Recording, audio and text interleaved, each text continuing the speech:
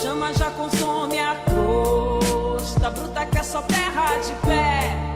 Ó vítimas da fome de pé, famélicos da terra a ideia.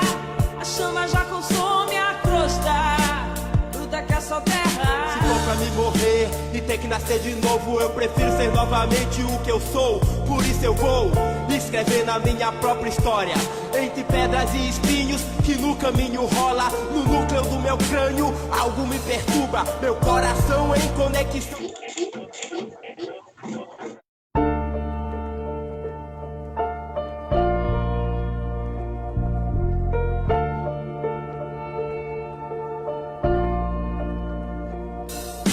De pé, ó vítimas da fome de pé, famélicos da terra a ideia.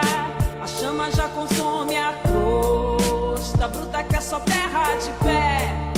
Ó vítimas da fome de pé, famélicos da terra a ideia. A chama já consome a crosta bruta que é só terra.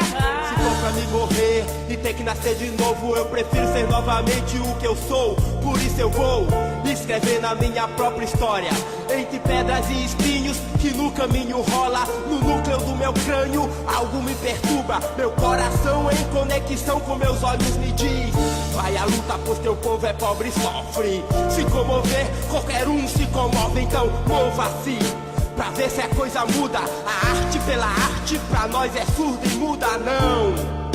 Meu fede não cheira, pra periferia tem que ir pra lixeira. E se no Zaire um corpo sem vida cai, se na faixa de gás um palestino do Hamas vai explodir o próprio corpo, não é que seja louco, é a paz que está em jogo. Infelizmente a guerra será seu ventre sente o cheiro podre no ar. A paz da USA, mortalha armada pra pobre que sofre a ONU. Há muito tempo perturba os sonos de quem não compactua com os planos tiranos do tio Sam. Novamente foi covarde. Irã, Iraque, Hiroshima, Nagasaki, Líbano, Deus livra-nos do mal que se aproxima, do mal que prega paz, gera carnificina. Não, ditaduras, bombardeios. Novamente Deus não veio salvar aquele velho de turbante que pros fundo olho azul do ocidente é ignorante, amante da guerra, fanático. Eu tô com o povo palestino e não abro pra quem perdeu seu filho, acredite. Enfrentando armas pesadas com estilingue, ato heróico e sublime. Palmas pra burguesia, fanatismo. Calma. Palavras são palavras, atitude é atitude. Kofi Annan, renegada negritude. Negro, branco, índio, mulheres, homens univos. Ó vítimas da fome de pé, ó vítimas da fome de pé, famélicos da terra a ideia. A chama já consome a crosta bruta que é só terra de pé. Ó vítimas da fome de pé, famélicos da terra a ideia. A chama já consome a crosta bruta que é só terra. O meu Nordeste há muito tempo é manchete no lixão da irmã Dulce, um pivete quase morto, só pele e osso se arrastando, pois o crânio é muito grande para o seu franzinho corpo. Pareço louco, mas não sou louco, ó só que jogo. Meu mano nasceu coxo e movimenta-se com os coxos, mas sua mãe ora e chora todo dia. Seu sonho de papel só chove covardia. Mudão em crise, ponta a ponta na gangorra. Caixa pior só, saca só que é vida louca. Prêmio Nobel da miséria, onde a paz agoniza e muitos se alimentam com manga e farinha. É turista, bate a foto, miséria absoluta. Só não vê quem não quer, ou quem bebeu se puta. Família Ferrabras, Sarney finge que esquece. Maranhão de ponta a ponta é pior que Bangladesh. É febre amarela, é meningite, é cachumba. É povo sofrido, poder filada azul. Mas não é isso que eu vejo na mirante. O mundo rosa pendurado num podre barbante. Imagem cênica da moça cínica, o gás sonífero, maligno e mortífero. Televisivo em alto nível, um absurdo. Mas o seu dinheiro estava lá no malote de alunos. A culpa é minha, é sua, é nossa. Infelizmente alguns se vendem, aí é roça. Mas minha família é de rocha e não abre. Quilombo urbano faz da guerra uma arte, com um banho de sangue, na benção do padre, na cruz ou num punhal. Me diz então quem sabe, quantos quilates vale a liberdade?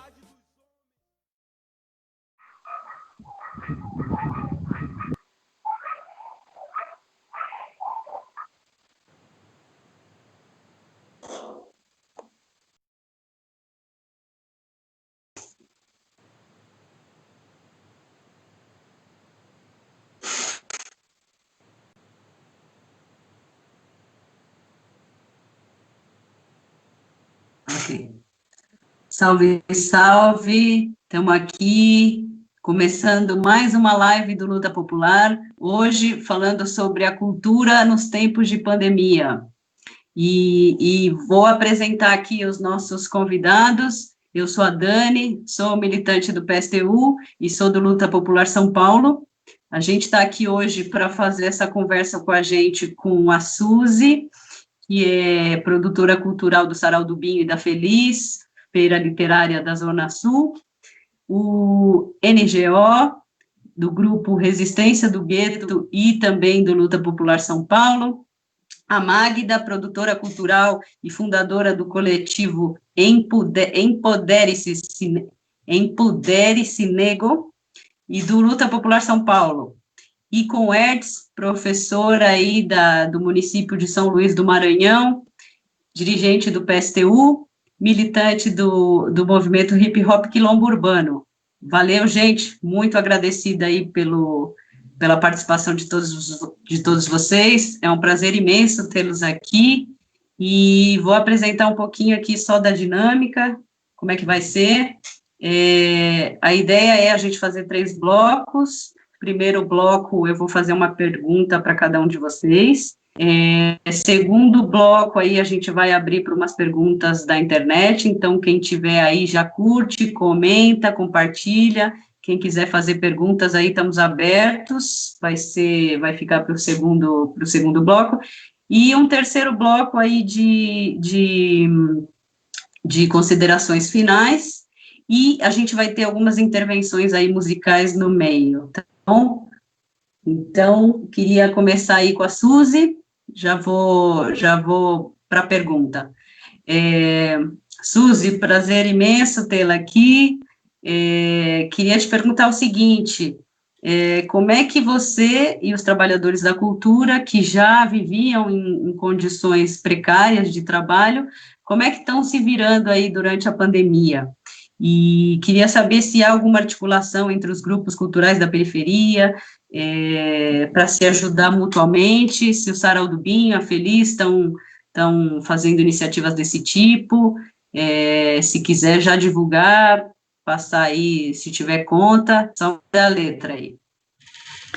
Bom, boa noite a todos e todas. Primeiro, eu quero agradecer o convite para participar aí dessa conversa. Estou virando arroz de live já, de tanto que eu estou participando de live. Então, já me apresentaram, eu sou a Suzy, né, do Sarau do Binho e da Feliz. Estamos aqui nessa luta maluca para sobreviver a esse tempo, né? Estão me ouvindo aí? Tá tranquilo? Tá. Então, buscando alternativas para sobreviver a esse momento que é tão inesperado, tão maluco. Tá caindo aqui. Oi? Voltou Oi. aí? Tô Tinha caindo. caído aqui, não estava entrando. O meu sinal. Voltei. Eu caí. Tá. É isso mesmo, gente. A gente está ainda em aprendizado, né? Estamos testando as possibilidades, né? Vocês são jovens, têm todas essas facilidades, né? E eu estou aqui ainda aprendendo. Mas já aprendi muito, viu? Esses 2 meses já sei bastante coisa. Então, a gente tem aí nosso trabalho com o Sarau do Binho, né, os artistas aqui da periferia, de várias regiões, mais especificamente aqui da Zona Sul de São Paulo. eu estou em casa desde o dia 10, 11 de março, praticamente eu estou dentro de casa e vendo as dificuldades de todos, as angústias, né? Quando é que a gente vai poder voltar a trabalhar, quando é que a gente vai poder ser remunerado pelo nosso trabalho, né? Então, logo de cara, quando surgiu a pandemia, no nosso grupo de WhatsApp, a gente postando várias coisas, como que a gente ia fazer, as dificuldades, as angústias, os medos, né? As dores, os amores. Então, a gente começou ali nesse grupo mandar vídeos, né? Só para a gente mesmo, com poesia, com música.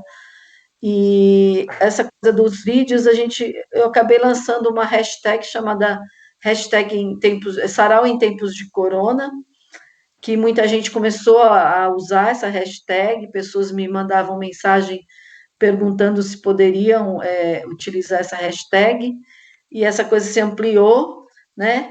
A partir disso, eu iniciei uma campanha no Em Frente, do Benfeitoria, para tentar conseguir algum auxílio, mesmo que fosse muito pouco, um valor baixo, né? Mas para esses poetas que estavam fazendo esses vídeos, né? Então a gente conseguiu captar esse valor, foram 30 e, quase 35 mil que a gente conseguiu captar.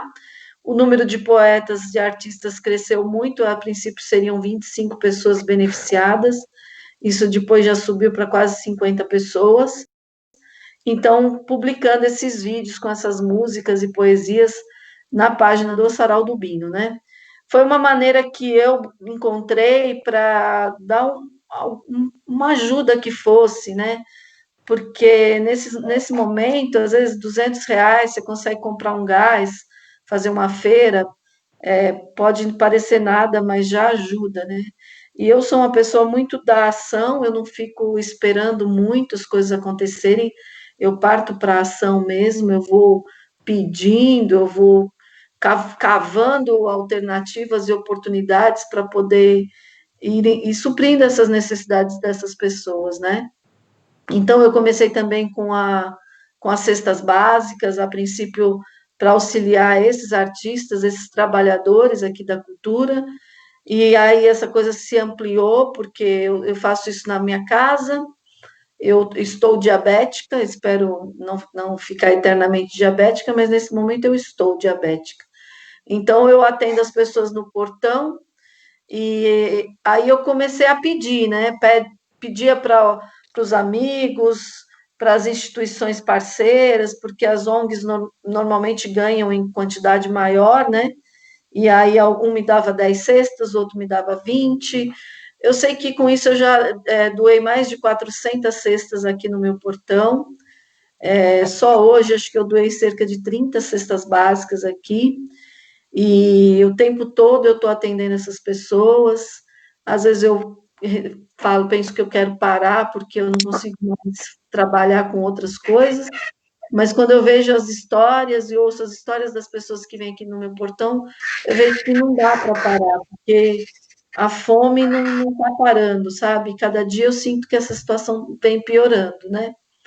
Então, eu tenho atendido também os trabalhadores da cultura, os que não têm um outro trabalho fixo, eu atendo com as cestas básicas e vou caçando outras alternativas, buscando possibilidades para ajudar essas pessoas, porque esse é o meu jeito de ser e de agir mesmo, né? De não ficar muito parada e ir para a ação. Em paralelo a isso, junto com outros profissionais da área da cultura, conversando, a gente viu que os artistas mais renomados já começaram a fazer os seus trabalhos de forma remota, online, né? Então, muitos estão sendo contratados ou pelo SESC, ou pelo Itaú, ou pela Brahma, ou pela, sei lá, Mastercard, seja a empresa que for, recebendo os seus cachês. E esses artistas que estão à margem, né, nas bordas, nas periferias, nas quebradas, a gente não vê essas pessoas trabalhando, né? Então, surgiram poucos editais emergenciais, assim, da Secretaria de Cultura muito pouco, da Secretaria do Estado da Cultura menos ainda, não vi nenhuma mão estendida, nenhum edital aberto. Alguns editais com exigências absurdas para você criar coisas que vão o mundo pós-pandemia, sabe? As pessoas não estão conseguindo sequer se alimentar e pagar seus aluguéis, e alguns não conseguem ser criativos nesse momento, né? Então, eu me juntei a um grupo de produtores e artistas, a princípio aqui da Zona Sul, para a gente conversar e buscar soluções, né? E conversar com instituições como o SESC, como o Itaú, dentre outras, para que eles possam atender a essa população também, a esses trabalhadores, né, e trabalhadoras.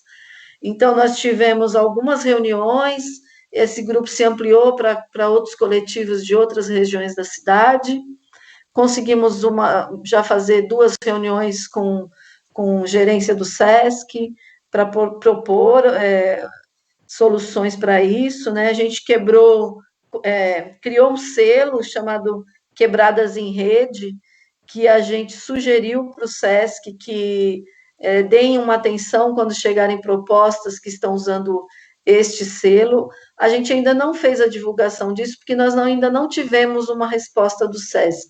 Estamos aguardando a resposta de uma carta que foi enviada, né, depois de uma reunião. Então, a partir do momento que eles derem um retorno disso, a gente vai fazer uma divulgação ampla. Mas a ideia é que essas instituições atendam a esses artistas das periferias, das bordas, aos mestres e mestras que estão aí parados. Eu fico imaginando essa juventude, as pessoas que têm, sei lá, até a minha idade, 50 e poucos anos, a gente já tem uma dificuldade, os mais jovens nem tanto, mas eu fico imaginando os nossos mestres, as pessoas de mais idade que têm tanta dificuldade para acessar as tecnologias, né? Às vezes não tem um filho por perto, ou um jovem por perto que possa auxiliá-los, então eles não conseguem acessar esses recursos, e eles vão ficando cada vez mais isolados, e até mesmo adoentados, né, por essa solidão e esse abandono, né, pelo trabalho, pelos amigos. Então, precisa surgir alternativas, políticas públicas que atendam a esses trabalhadores. A gente precisa ser visto como trabalhador da cultura e não só como entretenimento, né, e a gente precisa que atendam às nossas necessidades. Eu sinto que a situação está piorando cada dia mais, né? Eu vejo pelas pessoas que vêm aqui na minha casa, e eu não sei até quando essas empresas, grandes empresas, vão ficar boazinhas e doando alimentos que estão próximo do vencimento, né? E outras coisas. Tem empresas que ficaram muito boazinhas agora. Eu não sei até quando vai durar essa bondade toda, né? A gente tem que aproveitar ao máximo isso, porque eles têm a obrigação de fazer isso também, né? Mas daqui a pouco a gente acaba o auxílio emergencial, aí tem esse auxílio emergencial também para os trabalhadores da cultura, que está uma indefinição total, ninguém tem ideia de como vai funcionar e a quem ele vai atender, né? Então, precisa ainda que esse desgoverno assine essa lei, né, emergencial, e estamos aí esperando por essas respostas e buscando alternativas de sobrevivência nesse momento. Eu agora passo a palavra aí para quem vai falar depois de mim. Agradeço.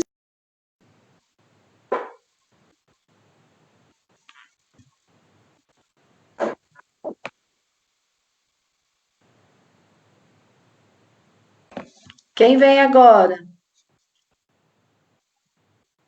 Às vezes eu demoro aqui para eu conseguir abrir meu microfone.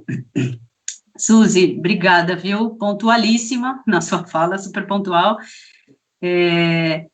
Só queria dizer que, assim, super importante essas iniciativas, né, e a solidariedade entre os de baixo sempre foi importante, e acho que nesse momento, assim, tão difícil para a nossa classe, ela é extremamente importante, e essa solidariedade aí é significa autorresistência, auto-organização nossa, tão importante. Então, super agradecida aí da sua fala, sua participação. Eu queria fazer a pergunta agora para o Igor, NGO. Igor, você que tem uma caminhada aí familiar, inclusive, na cultura, e que tem feito um trabalho aí de resgate histórico sobre isso, você está escrevendo um livro, né? Eu queria que você contasse para a gente um pouquinho sobre o tema do seu livro e queria que você falasse um pouquinho sobre o papel da cultura nas formas de resistência e de autoidentificação da nossa classe. Pode ser?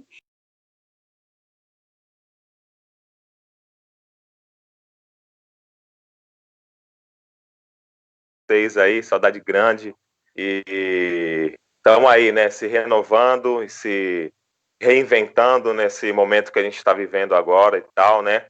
A Suzy ressaltou algumas coisas aí que eu acho que são muito relevantes e importantes para a gente refletir em cima dessas questões aí, né? Quando a gente fala sobre questão preta, africana e cultural, dentro dessa diversidade que a gente tem dentro do nosso país, com diversas culturas, a gente precisa achar formas de poder se organizar sem mesmo depender do Estado, né? Porque a gente sabe que o Estado, ele sempre esteve distante da cultura, principalmente quando se trata da cultura preta, indígena, né? E as nossas raízes ancestral, né? E falando sobre um pouco o livro que eu estou escrevendo, né? Escrevendo o livro, né? Alguns anos atrás, eu comecei a fazer uma pesquisa sobre as populações pretas fora do continente africano e tal. E aí acabei me deparando com os povos pretos da Índia, né? E os povos pretos asiáticos e tal. Então, dentro da Índia, a gente tem uma população, a maior população preta do mundo, né? A gente tem mais de 180 bilhões de intocáveis, são povos que são considerados intocáveis, que eles não têm castas, e a gente tem 2 milhões e 500 mil também desses povos que são considerados muzahars, é uma subcategoria dentro desses que não são considerados sem castas na Índia, né? Então, a gente vai para quase 300 milhões de pretos e pretas no continente asiático, fora em outros países, né? Então, dentro desse livro, a gente quis abordar os problemas que as castas têm, né? Essa pirâmide social excludente que existe dentro do continente asiático, né? E quando eu me deparei com os muzahars, que significam os comedores de rato da Índia, a gente quis entender, porque, tipo, a estrutura indiana dentro disso, né, através dos arianos e dos britânicos, eles estruturaram dentro das escrituras sagradas essa questão das castas, né? Então, eles classificam as castas como partes de Deus, entendeu? Então, a gente vê que dentro dessa estrutura, a cabeça de Deus Brahma, que é a primeira parte da casta, que foram criadas da cabeça do Brahma, são as pessoas que têm o controle do país. Vocês estão conseguindo me ouvir aí? Tá me ouvindo? São aqueles que têm o controle do país, né? E aí a gente vê as outras castas vão descendo, então a população preta indiana, ela ficou, né, como as poeiras do pé de Brahma, elas não foram criadas por Deus Brahma, né, segundo as escrituras sagradas. Então aí a gente veio trazendo essa pesquisa, aí eu ia tentar abordar ele para um lado histórico, né, porque a gente vê que a gente não tem nenhum tipo de registro que fala que se trata sobre o assunto das castas na Índia. E aí então a gente veio buscando essa forma de entender como que funciona essa estrutura racial também lá, né? Como que funciona essa estrutura do racismo lá, né? E aí a gente começou a escrever. Então aí, dentro disso, como eu não sou formado, não tenho formação acadêmica, e eu vi que tipo, o assunto ia ficar muito dentro de uma parte acadêmica, a gente começou a juntar essas pesquisas, e aí eu pensei então no público infantil e juvenil. Só que aí ele foi tomando uma profundidade, e daí a gente viu que é um livro aberto para todas as pessoas. Eu vou trazer dentro dele uma ficção, mas baseado em cima do que se passa dentro do continente asiático, né, especificamente na Índia, né? Então, pelo livro é mais ou menos isso daí, né? Tô começando aí, a gente está com 100 páginas dele, tô com 100 páginas escritas e estamos dando continuidade nele, né? E agora na pergunta sobre a questão das culturas nesse tempo de pandemia e dentro da periferia, a cultura periférica, né? Quando a gente fala de cultura, né, principalmente aqui no nosso país, né, a gente não tem como falar de revolução, de luta e não falar de cultura, né? Porque assim, né, como a gente está num país que tem maior parte da população dele é negra. Peraí que tá mandando umas mensagens aqui, vocês estão conseguindo me ouvir aí, né? Então, como a maior parte da população do país é negra, né, a gente precisa voltar à nossa ancestralidade, né? Então, a gente precisa voltar para o continente africano e entender como que a história da África ela tem importância na formação da cultura do Brasil, certo? Como que o continente africano ele vai corresponder com isso, né? E aí, quando a gente fala de comunicação, certo? Para o nosso povo, a comunicação, certo? Tecnológica, ela sempre está baseada dentro do tambor. O tambor é o que remete à nossa ancestralidade, é o que liga a gente a quem nós somos, entende? E essa é uma das maiores importâncias que a gente precisa entender, que para fortalecer a nossa cultura, as nossas diversidades culturais, a gente precisa estar conectado com ele, né? Muito tempo atrás a gente tinha algumas discussões com alguma galera do hip hop que também não conseguia entender muito sobre a questão do funk, né? Entender no sentido do quê, né? Tipo, tinha algumas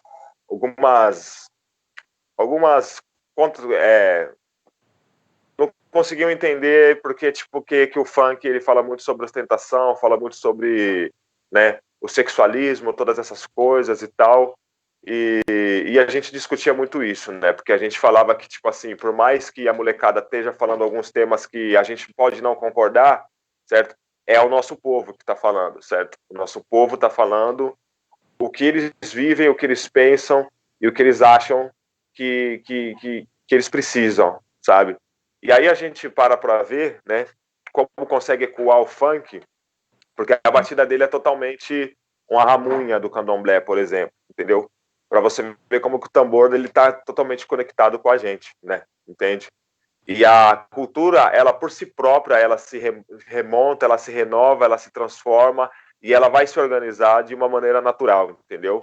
Porque a gente sempre fugiu de dentro dessa estrutura capitalista que foi criada pelos colonizadores em todos os lugares do mundo, que eles tentaram destruir a nossa identidade, a nossa cultura e se apropriaram dela porque eles sabiam que a riqueza estava dentro dela, né? Sendo que a gente fala do primeiro continente e do primeiro lugar onde teve vidas humanas foi dentro do continente africano e tal, né? Então a gente vê que nos períodos de hoje a gente está conectado nas redes, entendeu? Isso nos possibilitou de entender que a gente precisa usar a tecnologia para organizar nosso povo, certo? E com esse lance da gente conseguir organizar a tecnologia, organizar nossos povos, entendeu?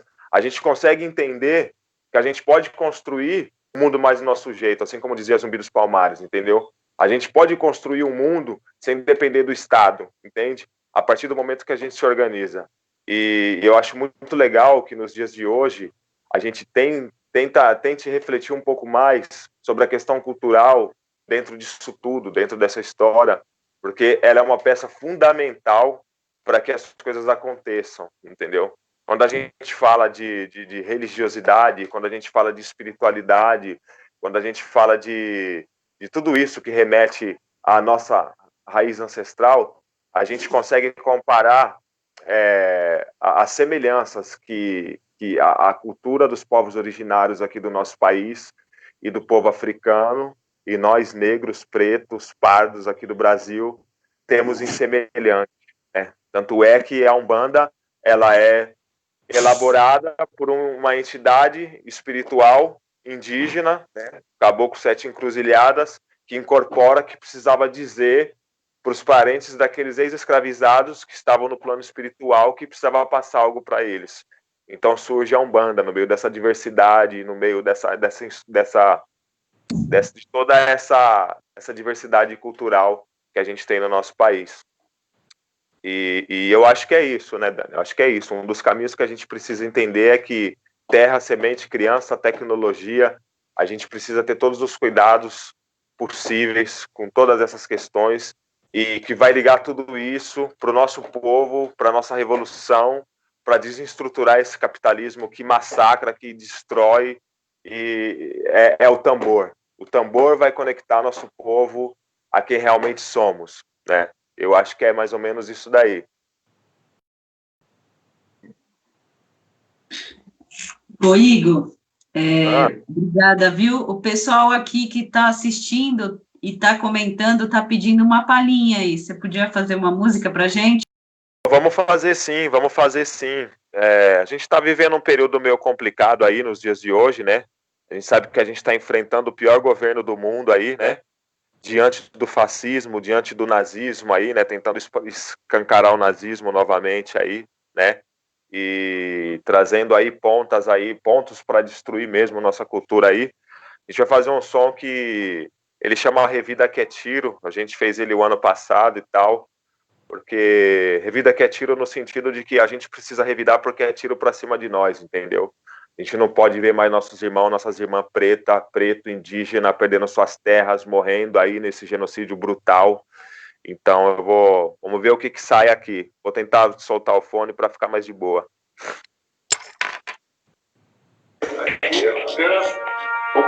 São reservas indígenas no Brasil. Tem uma reserva indígena, tem uma riqueza embaixo dela. Temos que mudar isso aí, não? Tempos de destruição que acontecem com essa degradação. Muita bala perdida, muito corpo no chão. Sangue de índios, de pretos que lavam, enxergam toda a nossa reputação. Não vamos continuar vendo tudo isso não. A luta é popular, não tentar nos corromper, muito menos manipular. Sangue do Lucas não foi em vão, sangue da Agatha não foi em vão. Quer nos vender suas mentiras, com suas fakes nas mídias. Fascista, preste atenção, preste atenção. Você amou a sua guerra, então vai ver no que vai dar. Vai ver no que vai dar, vai ver no que vai dar. O povo da favela não tem medo de lutar, não tem medo de lutar, não tem medo de lutar. Marielle, sempre presente. Mulheres pretas que mostraram aqui pra gente que o amor de Oxum é bem sincero e ascendente. Ascendente, ascendente. Revida que é tiro, revida que é tiro, revida que é tiro. Revida que é tiro, revida que é tiro, revida que é tiro. Revolta da chibata trazemos agora de inspiração. Remetemos palmares pra quebrar toda a polarização. Você amou a sua guerra, então vai ver no que vai dar. Vai ver no que vai dar, vai ver no que vai dar. Chile, Bolívia, Equador, África do Sul, Colômbia, México, França, Coreia do Sul. Ô mulher, não chora não, sei que não é fácil não. Essa dor que vai passar, por você vamos lutar.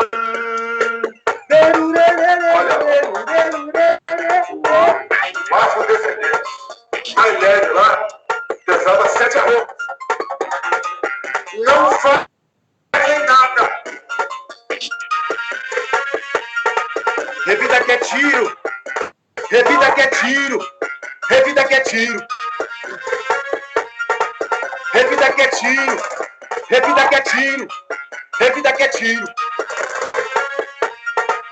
Revida que é tiro, revida que é tiro, revida que é tiro. Revida que é tiro, revida que é tiro, revida que é tiro.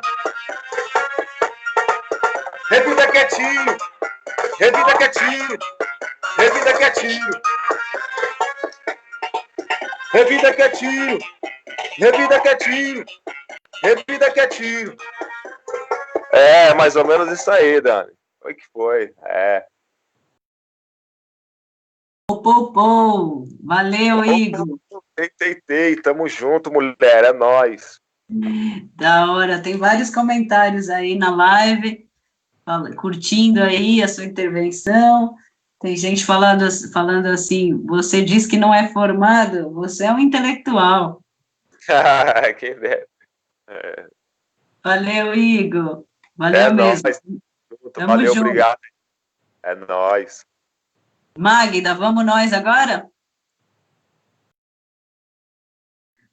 Salve, Magda. E aí, salve, Dani. Boa noite, gente. Boa noite. Boa noite. Magda, conta pra gente como é que tem sido a sua atuação com cultura aí nos territórios onde você milita e como é que você está vendo a juventude aí nos bairros, também nesses territórios aí, frente a toda essa, diante da pandemia. Bom, a gente faz um cinema de rua, né? A gente ocupa as ruas e os equipamentos públicos e tal, exibindo filmes. Então a gente precisou parar mesmo, porque é um rolê que aglomera pessoas e tal. Mas aí a gente foi percebendo essa necessidade de, né, tentar de alguma forma ajudar as famílias da quebrada, né, as famílias desses jovens que também estão aí com a gente nesses corres, tanto como telespectador, mas também pessoas que ajudam a gente a realizar. E aí eu e a minha irmã, a gente começou a captar recurso, né, para a cesta básica, enfim. A gente já conseguiu ajudar algumas famílias aqui do bairro. Eu acho que antes de colocar a questão, como vem se comportando o jovem no território com relação à quarentena, a gente precisa ter aquele olhar de vivência, né? De perspectiva e de entender que nem sempre a quarentena é fácil. E também que é uma falácia, né? O povo trabalhador, o povo pobre, continua trampando e a quarentena ela é, na verdade, é o que seria necessário, né? Mas é uma falácia. A gente tem visto aí as periferias bastante agitadas, né, as ruas, alguns lugares com festa e tal. Eu acho que é uma responsabilidade que muitos jovens deveriam adotar, mas também a gente tem essa coisa da influência do Estado, da influência do governo. Eu acho que a gente está vivendo uma humanização da morte do corpo negro, e isso contribui para a falta de perspectiva do jovem, sabe? Na periferia. A gente não pode falar de cultura e de produção de cultura por jovens pretos sem também falar que eles são extremamente cobrados e o corpo desses jovens, eles são extremamente banalizados. A gente banaliza o corpo preto quando ele morre, né? E a gente tem tido uma dificuldade muito grande de manter as pessoas em casa, principalmente as pessoas pretas. Eu estou colocando isso aqui por quê? Porque no campo cultural, o que a gente tem visto aí é essa falta de pessoas também, porque em sua maioria esses produtores, essas pessoas que produzem cultura dentro das quebradas, elas são pretas, né? E quando eu falo da banalização do corpo negro, não é nem só chamando a responsabilidade para o jovem, também chamando a responsabilidade para o Estado, que sempre pegou esse corpo e sempre agrediu ele, sempre aviso, né?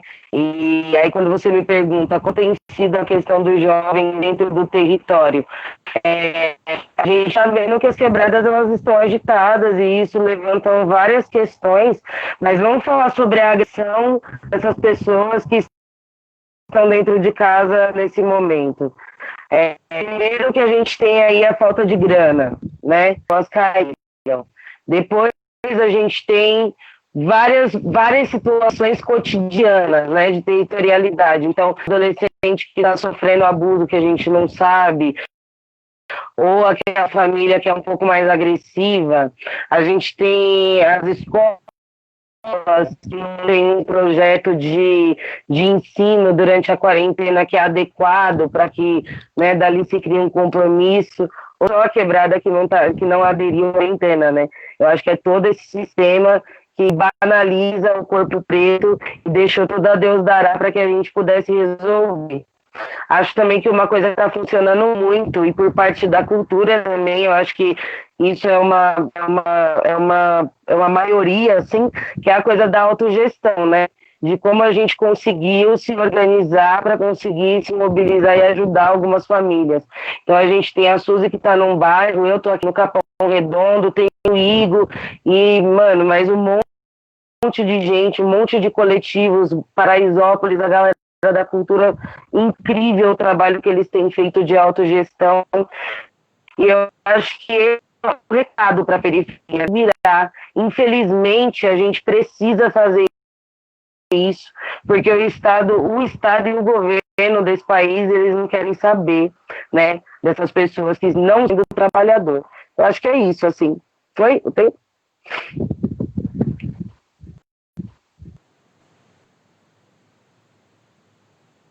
Foi aí. Valeu, Magda. Que nome forte esse, hein? Empodere-se, nego.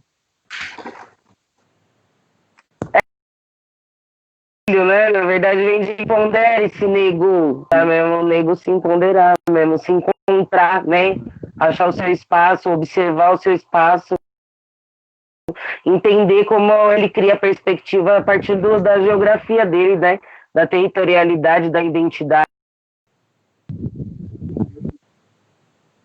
Valeu, Magda.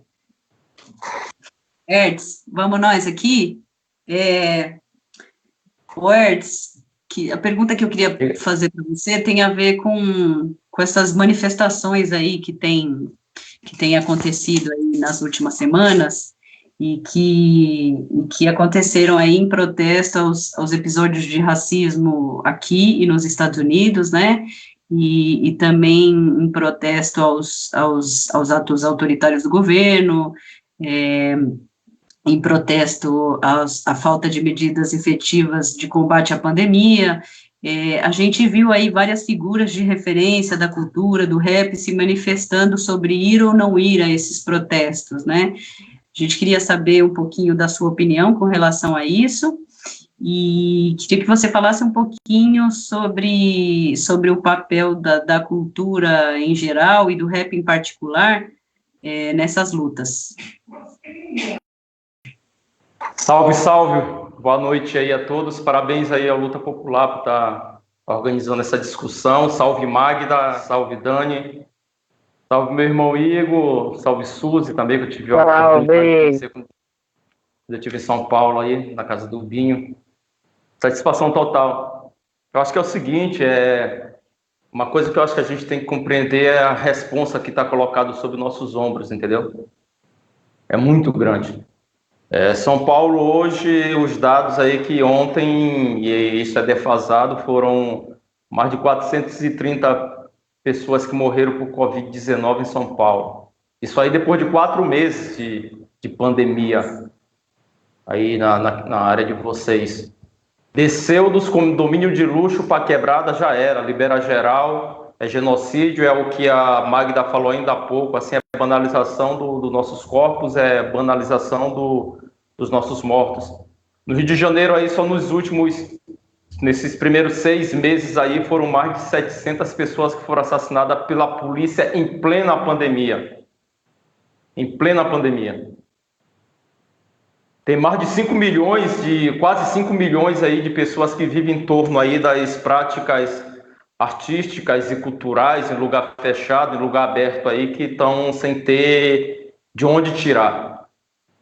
4 milhões e 900 mil pessoas aí, e que inclusive tiveram o auxílio emergencial do governo negado, aí, que é as pessoas que estão vivendo nessa situação aí que a Suzy falou no início. Nós que somos descendentes aí daqueles que por quase 400 anos lutaram contra a escravidão nesse país, que não só foram escravos, mas foram quilombolas, que implodiu Casa Grande, que construiu elementos de resistência cultural, não porque isso está no nosso sangue, não é um problema do nosso sangue, mas é porque era uma necessidade de sobrevivência nossa.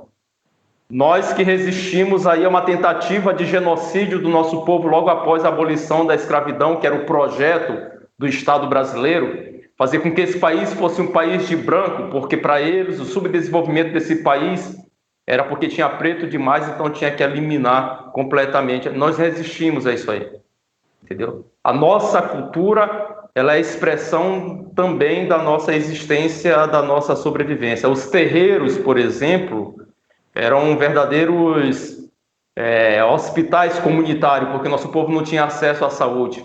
Tanto é que funciona à noite e as pessoas vão lá também, além de cultuar os santos, etc., mas também em busca da cura, porque era isso, a sobrevivência do nosso povo. Nós que passamos por tudo isso aí, e que estamos passando agora, nós vamos ter que erguer a cabeça e nós vamos ter que dar um fim nesse sistema aí, entendeu? Porque um sistema que não garante o direito à vida, que não garante o direito à juventude para os nossos jovens, não garante também o direito à liberdade. Matou a juventude e está matando a cultura, está matando a arte. Portanto, não merece ficar de pé. E o que está acontecendo nos Estados Unidos é um exemplo para o que pode acontecer aqui e a responsabilidade que pode estar colocada sobre as costas de quem faz arte, de quem faz cultura independente, crítica, revolucionária, que pode cumprir um papel muito importante nesse momento. O Steve Biko, que era um líder negro sul-africano que foi morto pelo estado do apartheid daquele país, ele dizia o seguinte, que os artistas tinham que participar da Revolução Africana porque as músicas revolucionárias iriam brotar do próprio movimento das massas. Ele dizia, não basta só cantar músicas revolucionárias, nós queremos os artistas participando da revolução, que as massas vão construindo as suas canções a partir das suas movimentações. Eu estou falando isso porque eu sou parte disso aí, entendeu? Eu comecei a dançar break em 84, então eu participei da leva lá da tal febre do break da década de 80. Em 88 eu escutei o vinil hip hop, cultura de rua, que tinha o Taíde, Código 13, MC Jack e tal. Então a partir dali eu percebi que era possível cantar rap em língua nacional. E em 92 teve uma virada assim na minha vida, na vida de um monte de gente aqui do Maranhão, aqui do hip hop, que foi quando a gente escutou uma música do Racionais, de um EP chamado Escolha Seu Caminho. A música era a voz ativa, que dizia: precisamos de um líder de crédito popular, como Malcolm X. Em outros tempos foi na América, que seja negro até os ossos, um dos nossos, que reconstrua nosso orgulho que foi feito em destroço. A partir dali todo mundo queria saber quem é esse cara aí chamado Malcolm X. E aí corre aqui, corre ali, e aí a gente conseguiu um cara do movimento negro chamado Magno Cruz, que faleceu em 2010, que conseguiu pra gente, não é nem aquele da capa preta, era branca. E aí fomos lendo e tal, e fomos nos politizando, e tivemos assim uma exceção do caramba nas quebradas, ganhamos um monte de cara que era das galera que o Estado chamava de gangue, porque a gente falava a mesma língua, morava na mesma quebrada, se vestia parecido com eles, os caras escutavam rap, a gente escutava funk, a gente escutava rap e tal, e ganhamos um monte. Mas teve um momento que a gente percebeu o seguinte, que não adiantava só tirar os caras do crime, botar na escola, etc., porque os caras voltavam de novo. E não voltava porque queria, era um monte de gente sangue bom, mas porque é esse modelo de sociedade que a gente vive. O nosso povo não é empurrado por crime porque quer ir. Foi a partir daí que a gente começou a perceber que tinha que continuar fazendo esse trampo, mas que era necessário também apresentar uma alternativa para essas pessoas que hoje está mais preta do que nunca, não vou dizer clara, está mais preta do que nunca, que a alternativa é essa. Foi a partir daí que eu percebi que era importante, sim, um projeto socialista para o nosso país. Um projeto revolucionário para o nosso país. Aí tem a ver com isso que a Dani falou. Não é... As pessoas não estão indo às ruas porque querem. É porque a realidade impõe. Não tem nada mais autoritário do que a realidade. A gente não fala de preto, de favela, de violência, de encarceramento, de genocídio porque a gente quer. É porque é a realidade que impõe isso para a gente. Não existe nada mais impositivo do que uma realidade desigual como essa que a gente vive no Brasil e vive em todo o mundo. Quem não quer ir aos atos tem direito de não ir. Quem não quer convocar os atos tem direito de não convocar. Agora, desconvocar os atos numa situação dessa que nós estamos vivendo, não pode. A gente não pode fazer isso. Nós temos que ajustar as contas com o Bolsonaro. E aí, em relação a gente, com o Bolsonaro e com a burguesia desse país, um pouco do que está acontecendo nos Estados Unidos. Nos Estados Unidos já tem uma comuna em Seattle. São milhares e milhares de pessoas que estão indo nas ruas, os pretos, os brancos, os hispânicos, e nós vamos ter que cumprir isso aqui só para a gente só para eu ir concluindo aqui, né? Vamos ter que cumprir essa tarefa aqui entre a gente, porque cultura não dá para botar dentro da caixa, entendeu? Cada um faz do seu jeito, porque a cultura é isso, é dinâmica, é diversidade. Agora nós temos que ter alguns acordos políticos entre a gente, nós temos que fazer uma cultura livre, nós temos que fazer uma cultura revolucionária, porque não é possível ter cultura livre numa sociedade em que as pessoas não são livres. É essa a tarefa que pode estar colocado para a gente no próximo período. Aquele papel que o hip-hop cumpriu na década de 90, tem que cumprir agora. Não só o hip-hop, mas a cultura de maneira geral. Porque nós estamos indo para uma situação limite. E o rap, o hip-hop, a cultura alternativa é oxigênio para quem precisa respirar nesse momento. E a gente precisa respirar política, precisa respirar arte, precisa respirar revolução, para que de fato a gente possa construir uma sociedade de homens e mulheres livres, e aí sim, uma sociedade em que a cultura de fato possa ser uma cultura livre. Beleza?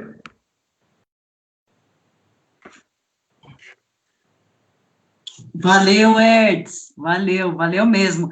O pessoal tá pedindo aqui uma palhinha também. Será que você faz uma música pra gente? Então vamos lá, mano. Se eles matam a gente, eu vou dizer que nós somos imortais. Beleza? O imortal, testeiro de morte, moleque pobre no esgoto da vida, não teme a morte nem a polícia no noticiário da mídia. O sistema fabrica imortais, o ciclo não se desfaz, morre um, nasce dois no lugar, eis aí o plano eficaz. O presente é sempre meu tempo, o meu tempo é sempre presente, meu passado é só sofrimento, meu futuro eu carrego nos pentes. Vocês arrancaram minha alma, não foi? Vocês me jogaram na vala, não foi? Vocês me tiraram feijão com arroz, vocês me deram uma arma depois, vocês humilharam minha mãe, vocês viciaram meu pai, você sabe bem como faz para fabricar imortais. Minha vida não vale a moldura da obra de arte de Portinari, nem um vídeo de Cicarelli, sendo possuída na praia, mesmo assim sou uma resistente. Fui criado na lama, o seu filho é cheio de frescura, chama a empregada de mama, vocês que se abanam com leque e arrancar o sorriso da plebe, não satisfeito você quer arrancar o estatuto que move e protege. Vocês não respeitam direito, é só preconceito do lado de cá. Vocês criaram o BOP, o Robocop para me matar, mas aí eu não temo a morte, não. Eu não posso morrer, imortais seremos milhões enquanto o capitalismo viver, virei imortal. Beleza? Para João Pedro aí, todos os nossos que se foram aí no último período. Show, Reds. Uou, Hertz. Pesado, Hertz. Pesado, mano. O imortal é pesado, Hertz. Valeu. Gente, olha só, tô vendo aqui perguntas da internet, por enquanto tô vendo uma pergunta para o Hertz, então, como o Hertz acabou de falar, eu faço depois. Se alguém mais tiver pergunta, só fazer aí para nós, esse é o bloco das perguntas da internet. Só antes da gente começar, só queria anunciar aqui que o Luta Popular tem feito campanhas de solidariedade em ajuda a todos os trabalhadores e trabalhadoras da periferia, nos territórios onde milita, nas regiões, nos bairros, nas ocupações, tem feito arrecadações, tem distribuído cestas, tem feito compra de alimentos de trabalhadores rurais para distribuir nas cidades, e atualmente o Luta Popular está com uma campanha de solidariedade às mulheres, mães de crianças de até 2 anos. Então, se você quiser fazer alguma doação aí, é só entrar no Facebook do Luta Popular, não deixe de curtir, dá uma olhada lá, tem nossa conta, qualquer coisa é só entrar em contato com a gente, e por favor, também não deixem aí de pesquisar, para quem não conhece, ou entrar no Facebook aí do Sarau do Binho, Feliz, Empodere-se Negro, Resistência do Gueto, Gíria Vermelha, enfim, Movimento Hip Hop Quilombo Brasil. Não deixem de curtir e procurar as campanhas também de solidariedade aí da região e dos movimentos. Suzy, queria fazer uma pergunta para você. Como é que você acha que vai ficar agora a cultura pós-pandemia? Como é que vai ser? Como é que fica da cultura? Você acha que muda alguma coisa? Como é que a gente vai sair dessa? Que perspectivas tem? Bom, eu estou muito pessimista, infelizmente.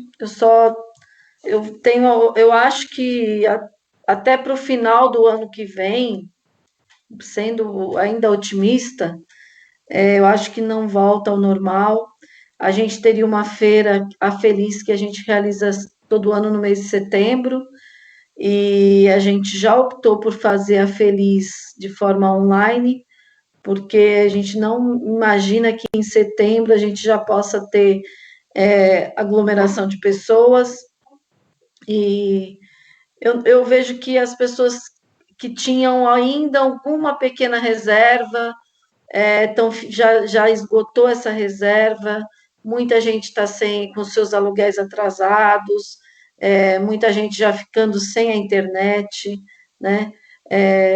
Eu acho que as perspectivas são muito ruins para curto e longo prazo, né? Muita gente desempregada, muita gente desesperada, muita gente doente, não só pelo Covid, né?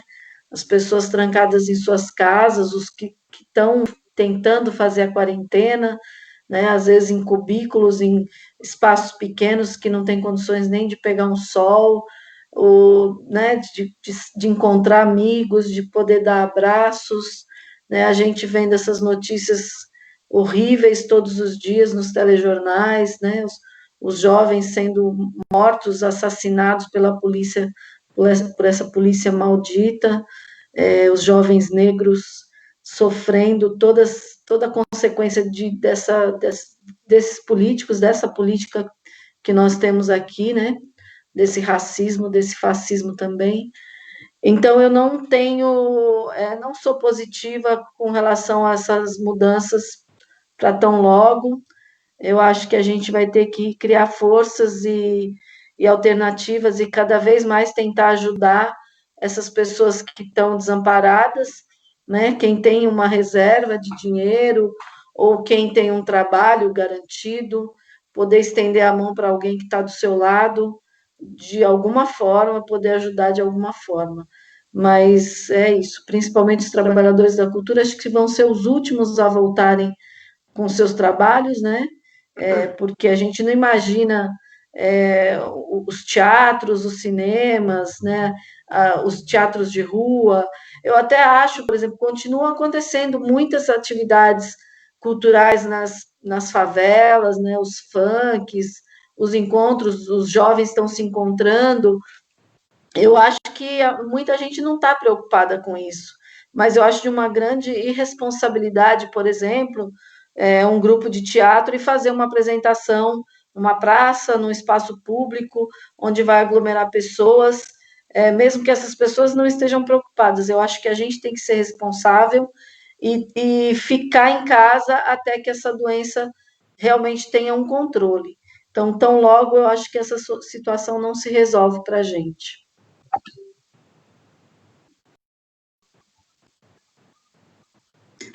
Valeu, Suzy. Igor, vou fazer uma pergunta para você agora. Igor, você acha que é possível falar de cultura periférica sem falar de racismo, sem falar de violência policial? E é possível falar de racismo sem capitalismo? Como é que é isso? O capitalismo existe sem racismo? Isso daí é impossível, né? Isso daí é impossível. Tanto é que o capitalismo ele sabe que a força que a cultura tem, né, é uma das bases para destruir o sistema capitalista, entendeu? Quando a gente pega pela história, né, de que eles colocam que né, quando os europeus chegaram nos outros continentes e colocavam que eles olhavam para as pessoas e diziam que porque o modo de vivência delas era inferior a deles. Então isso já começa por aí, né? Como a gente trouxe aquela história dos Vedas, das escrituras indianas, também traz isso. Quando a gente pega pela Bíblia, a gente coloca na origem do povo preto, que deu origem que foi dado ao filho de Noé, a origem do povo Cã, que é o povo negro, que deu origem à população da África, seguindo Gênesis da Bíblia, que deu a origem da população africana, que foi o povo amaldiçoado e tal, né? Então, o sistema capitalista ele sempre vai arrumar uma estrutura para poder destruir aquilo que é o maior perigo para ele, certo? Porque a cultura, ela tem a capacidade de unificar o nosso povo, entendeu? Por mais que ela tenha uma diversidade muito grande, certo? Mas quando se trata de cultura ancestral, né, vai remeter à batida, porque James Brown, por exemplo, nos Estados Unidos, foi o repercussor do hip hop no mundo inteiro. E o hip hop foi um movimento que revolucionou, certo? Até hoje ele vem revolucionando. É a música que mais toca dentro do negócio. E aí quando a gente diz, né, que a gente aqui no Brasil, a gente pega muita influência norte-americana dentro do negócio. Por isso que tem que sacar esse negócio. Por que o funk ele toca demais no Brasil? Porque é muito mais brasileiro do que o que a gente trouxe lá de fora. Só que quando a gente pega James Brown, o funk original, ele tem uma pegada que é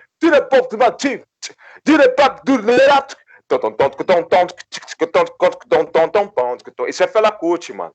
Isso é totalmente africano, entendeu? Isso é afrobeat, entendeu? E é um poder. Só aí onde bater, vai bater mesmo, porque, tipo, mano, quando a gente fala da força que a cultura preta ela tem, entendeu? Isso daí vai para muito longe, né? E qual foi a outra pergunta que você me fez mesmo, Dani?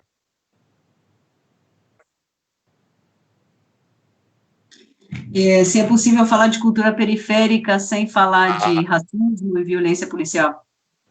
Não, isso não vai ter. Isso não vai ter porque sempre que tiver cultura periférica vai ter repressão, entendeu? Sempre que tiver 6 pretos, 6 moleque novo, 6 menina nova falando sobre cultura, falando sobre as coisas que são parte da gente, vai ter problema, entendeu? Se tiver numa praça, a polícia vai enquadrar. A polícia vai te bater, entendeu? Porque ela sabe que você é um perigo para a sociedade. Ela te enxerga assim, entendeu? Por isso que a gente vive às margens da sociedade. A cultura, ela sempre viveu às margens da sociedade. Isso vem desde o período da colonização, porque era criminalizada, né? Quando a gente pega os terreiros, quando a gente pega a capoeira, quando a gente pega os batuques, a gente via que os pretos, além de ser jogados no meio das margens da sociedade, sem direito a nada, né? Os imigrantes tinham cotas quando vinham da Europa, do Japão, certo? Só que a gente foi jogado para os morros, entendeu? Para aquele lugar onde que o acesso era mais exclusivo possível, para tirar o povo preto da frente do negócio. Mas aí fazia o que com aquilo? E a gente percebe que em 100 anos, quase 140 anos de abolição, a realidade do nosso povo não mudou. A gente ainda continua nos morros, a gente ainda continua às margens da sociedade, a gente continua ainda na beira do genocídio, né? Porque é engraçado quando a gente vê que, pô, igual o Redz falou, ele ressaltou que, pô, 700 homicídios tiveram no período desse governo no Rio de Janeiro e no período da pandemia, você tá entendendo? Isso então é declarado, entendeu? Isso é declarado.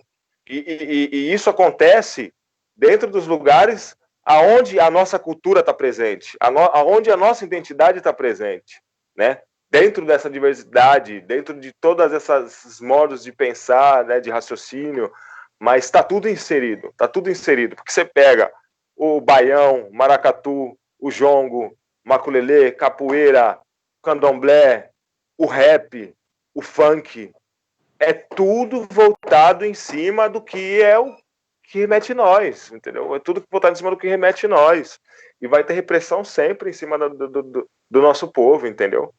É esse sistema de casta mesmo também que se opera aqui dentro desse racismo estrutural dentro do nosso país, que ele é estruturado para não permitir que isso aconteça, entendeu?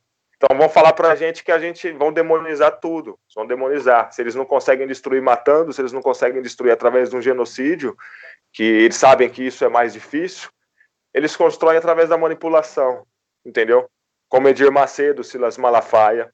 Pega a maior parte da população preta, você pega qualquer quebrada, é cheio de igreja, certo? Não falo mal da igreja, não falo mal dos cristãos, mas sim dos caras mal intencionados que estão dentro das religiões, propagando aquilo que... Porque a igreja e o Estado, elas vão agir em conjunto, você entendeu? O Estado é o crime organizado, entende? O Estado é organizado. Ele se articula de uma forma que ele vai eliminar, ele vai acabar, ele vai destruir tudo aquilo que é nosso, vai demonizar, vai destruir, e não tem como falar de cultura periférica sem falar do racismo, porque ele vai estar sempre presente, entende? Tem outra pergunta aqui para você na internet, ó. Estão perguntando aqui como que está sendo essa conexão entre o povo negro e indígena por meio do rap. Ah, sim, sim. A gente tem um trabalho que chama Afro-Indigenando Pensamentos, né? A gente vê que os povos indígenas, eles estão muito conectados. É uma coisa assim que eu admiro muito dos povos indígenas, é a resistência, né? A resistência, né? A gente tinha mais de 7 milhões de indígenas no país, mais de 5 milhões foram dizimados dentro de um genocídio, dentro de uma política destruidora do colonizador. E aí a gente começou a entender que, para a gente falar de cultura preta, seria muito importante também que a gente falasse sobre a cultura indígena. Não tinha como fugir uma da outra, tanto com a construção da Umbanda, isso foi tipo um startup para a gente conseguir visualizar, e a gente pega dentro dos quilombos, dentro das aldeias, dentro de Palmares, a presença dos povos indígenas e povo preto, como ela estava conectada e alinhada, e a gente pega as semelhanças dos encantados de Nhanderu, das linhas espirituais, tanto da africana quanto da indígena, elas estão totalmente interligadas, estão totalmente relacionadas, entendeu? E são os povos mais massacrados no nosso país, entendeu? Então a gente achou importante unificar esses dois povos, entendeu? Porque a gente tem que estar junto, porque a gente passamos pelo período de escravidão, certo? Os indígenas também foram escravizados. A gente passou pelo período de genocídio, os indígenas também são exterminados. As comunidades quilombolas, tanto quanto as comunidades indígenas, também sofrem a invasão de latifundiários, do agronegócio, de fazendeiros, de grileiros. Então, a gente precisa também enxergar que esse genocídio ele existe, ele é real. Nossos irmãos estão morrendo, certo? O sangue jorra na periferia, jorra nos quilombos, jorra nas aldeias. Então, não tinha como a gente não falar do povo indígena e tal, né? A importância disso tudo, né, é a gente mostrar que existe, né? A gente está num país que a gente tem mais de 250 línguas, a gente tem mais de 350 etnias, e até os dias de hoje a gente só fala a língua do colonizador, e muito mal falada, entende? Né? A gente devia ter mais uma atenção para dentro disso tudo que a gente tem dentro do nosso país, sabe? Que é vivo, que é presente, sabe? E que a gente desconhece, E dentro desse momento aqui tem muito cara que está invadindo a terra indígena e dando tiro na cara de criança, dando tiro na cara de cacique de 70 anos de idade, sabe? Estão invadindo o quilombo e estão arrancando o braço dos quilombolas no facão, entendeu? São coisas que a mídia não chega e a gente precisa entender que isso acontece aqui dentro e tal. Então a gente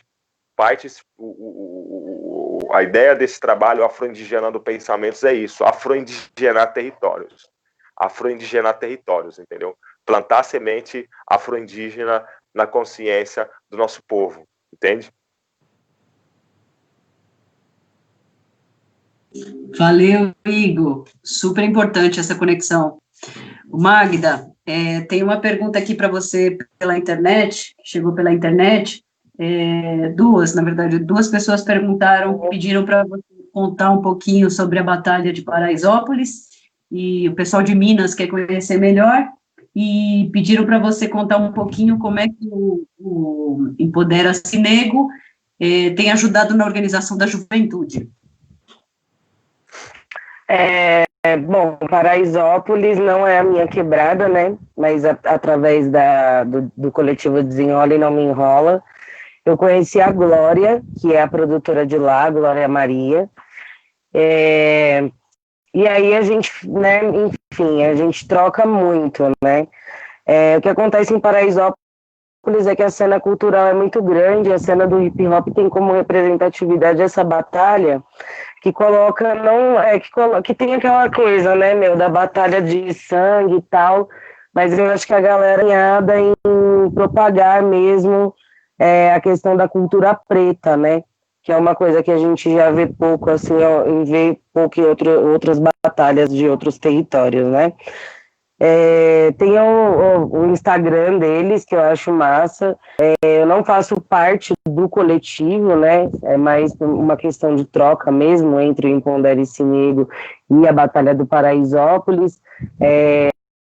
Em dezembro, a gente esteve junto lá na organização da marcha, né? Da periferia que aconteceu lá por conta daquele massacre que teve.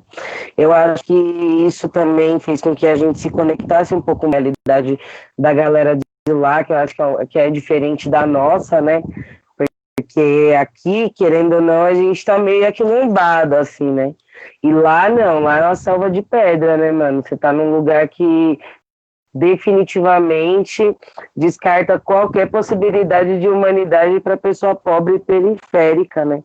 É uma galera que acorda de manhã e tem o sol tapado pelos prédios, né? Então, acho que é uma vivência, uma perspectiva diferente da minha. Eu acho que o Impondere-se Negro, ele é importante, respondendo a outra pergunta, né? Eu acho que eu não entendi a importância na juventude. Qual a importância? Repete para mim, por favor. Dani?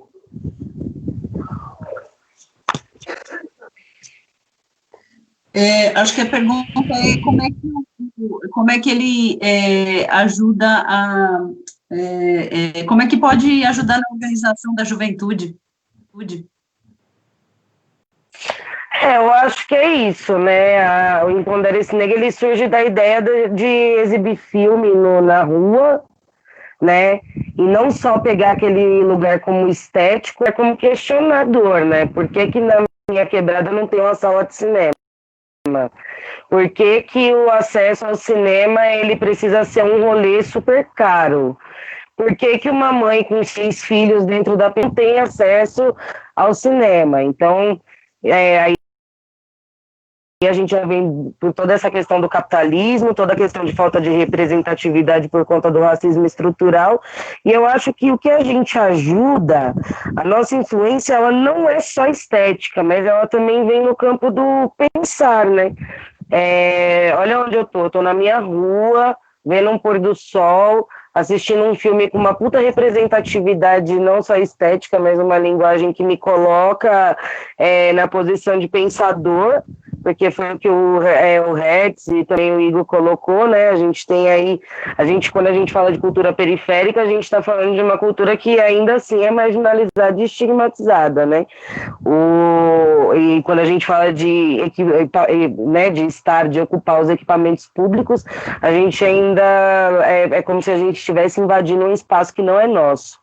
Então eu acho que é o reconhecimento do território, é o entendimento de que a estética ela é importante como base representativa de quem nós somos, e que fica muito mais fácil quando você consegue acessar filmes que te dão possibilidades, que te fazem pensar. A gente também, voltando um pouquinho da banalização dos corpos, a gente tem também essa representatividade negativa do negro no cinema. E o que o Impondere-se Negro tenta trazer não é só a perspectiva negativa e a perspectiva de violência, né? Essa banalização, a normalidade da morte, criando perspectivas, filmes não só independentes, mas até filmes de grandes produções, mas que colocam o negro dentro de uma outra perspectiva, de uma outra realizador, como protagonista da sua própria história. Eu acho que a parada mais importante da exibição é o reconhecimento do seu território, é você entender que tá tudo certo você assistir o filme ali, dentro do seu espaço geográfico, mas é o seguinte, cara, tudo isso acontece porque a gente tem uma galera, né, a gente tem um sistema que banaliza o nosso corpo, né? E aí eu acho que a gente contrapõe eu acho que a ideia é contrapor e questionar esse cinema de nome, esse cinema de Hollywood, esse cinema das grandes indústrias que não tem como pauta, ou que subverte as realidades, né? Tipo, a gente fala muito Black Panther, representatividade estética, ele tem, só que ao mesmo tempo, por exemplo, eu sinto que ele tira a história dos Black Panthers, né? Ele meio que camufla a ideia do que é os Black Panthers. Então eu acho que a gente vem para trazer essa ideia, o detalhe, essa malandragem, da gente olhar através da narrativa, saca? Eu acho que é isso. É isso. Que da hora, Magda. Valeu mesmo. Magda. Obrigada. Hertz, Vai lá, Dani. tem uma pergunta bem específica para você e a outra vou fazer para você também, né? Não fizeram especificamente para você, mas vou incluir aí. Eu acho que os temas são um pouco abrangentes, vou pedir desculpa aí, mas eu sei que é difícil ser sucinto, mas veja aí o que você consegue fazer. Tem uma pergunta que é sobre o que você acha da Frente Ampla contra o fascismo, e a outra é se você acha que se os artistas da periferia podem organizar conselhos ou comitês populares, e se é possível dar um passo aí através da cultura, se é possível dar esse passo através da cultura. Tá, vou tentar, viu? Marca o tempo aí para não passar de cima. Tá bom. Pergunta, né? É muito boa a pergunta. Acho que ela se combina. Porque primeiro acho que é o seguinte, acho que a gente tem que compreender uma coisa.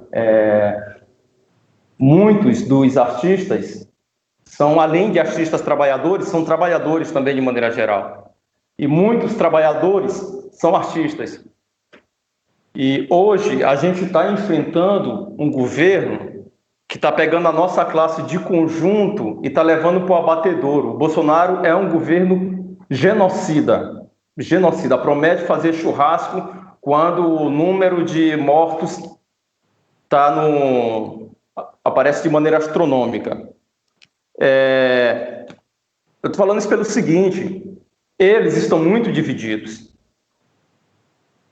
Apesar de toda a situação, mas eles nunca estiveram tão divididos. Quando a gente fala de genocídio negro, que é um projeto de Estado, o Estado tem as suas instituições. É o STF, é o Judiciário, é o Executivo, são as Forças Armadas, eles estão muito divididos. Como é que a gente vai resolver os problemas dos artistas? Resolvendo o problema dos trabalhadores. Como é que a gente vai resolver os problemas dos trabalhadores nesse momento? Não tem outra alternativa a não ser derrubar esse governo. E como é que pode-se derrubar esse governo? Tem um negócio que parece que não tem a ver com a arte e a cultura, mas tem tudo a ver. É necessário que nesse momento se faça uma greve geral nesse país. Porque com uma greve geral, o Bolsonaro não se mantém, ele cai. E com uma greve geral, com ele caindo, abre-se uma crise em nosso país e abre-se também a possibilidade da gente construir conselhos. Conselho dos trabalhadores nas fábricas, Conselho de Cultura. O Ministério da Cultura não tem que ser dirigido por 1, 2, 3, 4 pessoas. São os artistas que têm que dirigir diretamente. Assim como na área de educação, etc. Isso tem a ver com a tal da Frente Ampla, porque qual é a história? Se for para chamar Bolsonaro de fascista, nazista, esse negócio todo aí, a gente chama para esculhambar. Mas na boa, um governo fascista, o cara não sai correndo do país. O governo fascista, ele fecha o Congresso. O ministro da Educação acabou de fugir do país. O Queiroz foi preso nesse momento. A Sara lá, que estava organizando os 300 lá pelo Brasil, que é um grupo fascistóide, está atrás das grades. Então eles estão muito acuados. Qual é o problema desse povo aí da chamada Frente Ampla? O que é uma Frente Ampla? É o seguinte, o governo é fascista, vamos juntar todo mundo aqui, todo mundo, junta a FHC, junta o PSOL, junta o PSTU, junta o PT, junta o MST, junta todo mundo, luta popular, todo mundo junto, e vamos derrotar o Bolsonaro. Como? Derrotar o Bolsonaro na eleição de 2022. Até 2022, a quantidade de pessoas que morreram nesse país, a quantidade de direitos que foram destruídos, a quantidade de pessoas que foram desempregadas, sangrar Bolsonaro até 2022 em função de uma eleição para voltar a ser o que foi o governo do PT, que também durante o governo do PT a nossa juventude foi encarcerada em massa, o Rafael Braga, a expressão disso, foi morta, etc., não é a alternativa correta. Portanto, manter Bolsonaro, cada dia que Bolsonaro se mantém no poder, significa que é nosso povo morrendo mais e mais. A derrubada de Bolsonaro é uma tarefa para ontem. Quem está discutindo Frente Ampla para 2022 não está preocupado em derrubar esse governo agora, que é para resolver o problema da nossa classe, para resolver o problema dos artistas, para resolver o problema do genocídio. É isso. Caraca, Hertz, falou menos de 5 minutos, incrível. Opa, beleza. Boa. Ô, Igor, Oi? faz mais uma música aí pra gente, pode ser? Pode ser, pode ser. Eu vou fazer uma música aqui, né? Quem é do Campo Limpo aí conhece aí, Finado Takashi. A gente está falando sobre também essa questão do genocídio da população preta, negra, indígena. Aí eu fiz uma música pensando um pouco sobre isso daí, chama Nossas Vidas, né? Vou fazer só na capela mesmo, para ficar mais de boa, né? Ela fala assim, ó. Você não consegue entender o meu jeito de ser, de compreender. Não me vejo no seu jeito de ser.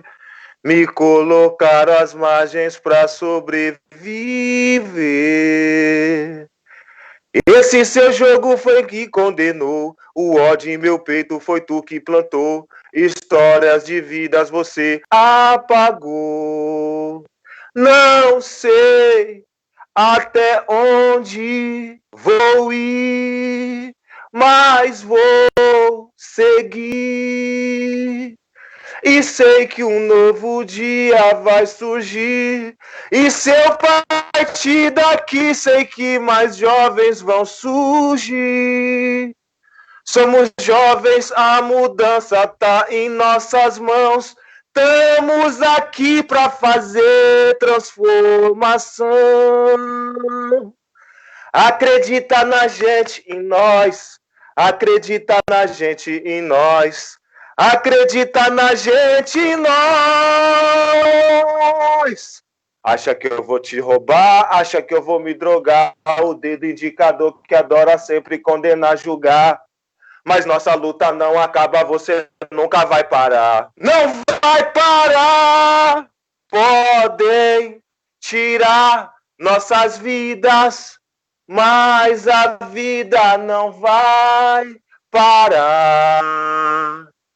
Podem tirar nossas vidas, mas a luta não vai parar. Podem tirar nossas vidas, mas a vida não vai parar. Finado Takashi, esteja num bom lugar, moleque. Moleque que foi morto pela polícia aí, foi assassinado aí, com mais de 3 tiros aí. 18 anos. Quebrada Campo Limpo. Amigo! É nóis, irmão. E tantos outros. Gente, ó, estamos chegando aí no último bloco da nossa live. Desde já eu queria pedir desculpas se eu não contemplei todas as perguntas aí que foram feitas.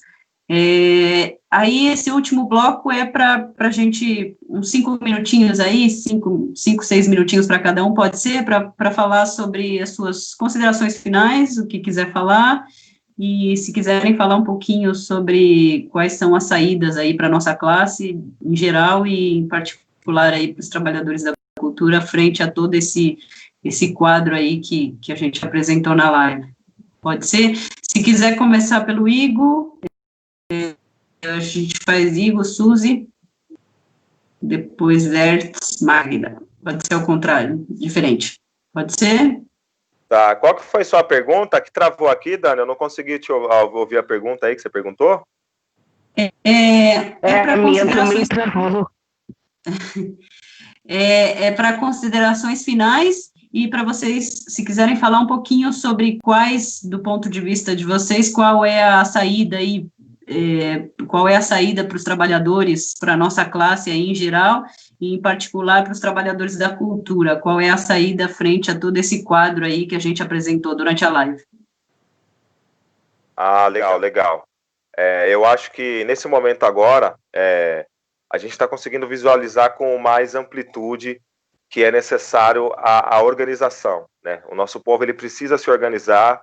Então, como o Hertz falou, isso é importante quando a gente começa a entender essa né, separação que a esquerda, muitas vezes, ela se coloca defendendo ideias, né? Só que agora a gente precisa falar de defender vidas, defender o país, defender a nação de uma forma organizacional, né? A gente precisa organizar nosso povo. Esse é um dos princípios que a gente precisa ter. Começar a entender que juntos somos um e juntos temos a força e juntos fazemos a mudança, né? A gente precisa pensar nessa questão. E na questão da parte cultural, a gente vê que a tecnologia, ela possibilitou aqueles artistas que estavam escondidos no fundão das periferias, que muitas vezes tem muita gente que, pô, o artista trabalha demais, o artista trabalha pra caramba, e ele é visto como um cara vagabundo, um cara que, tipo, não quer saber nada da vida, ele trabalha muito, o artista trabalha muito, ele investe naquilo que ele tem, ele dedica seu tempo total naquilo que ele acredita, e ele faz isso para transformar o mundo, para fazer o mundo um lugar melhor de se viver, entende? E assim a gente conseguiu ver vários moleques, vários diamantes que estão dentro dos fundão de cada quebrada, que não sabe escrever nem o português direito, sabe? E sabe que tem que enfrentar para trabalhar com a arte, ele precisa escrever um edital, que é isso que o sistema coloca para a gente, que para você poder se manter com a sua arte, certo? Isso não é considerado trabalho, isso é considerado um edital, você não tem para onde recorrer. Quem faz arte sabe como é que é, quem faz cultura sabe como é que é, você está diante da fome, você está diante da miséria, entendeu? Você está diante dos seus filhos sem nada, você vai bater ali, e você tem que esperar 6 meses, se você ainda conseguir mandar um edital para ele ser aprovado, e você não sabe se ele vai ser aprovado ou não, você vai ficar 6 meses com fome, se você for viver da cultura e da arte do nosso país, né? Então a gente conseguiu ver que tem muito artista dentro do nosso país, e essa hora da gente se organizar, e a cultura ela tem sim, e a arte ela tem que estar sim inserida dentro da luta, dentro da militância, dentro da revolução, porque é só assim que vai fazer a mudança para a cultura, entendeu? É só a gente se organizando, nessa diversidade de cultura que a gente tem, e fazer agora o mundo mais do nosso jeito mesmo. A gente captou recursos pra caramba aí, você entendeu? Teve campanhas que conseguiram arrecadar 1 milhão aí, certo?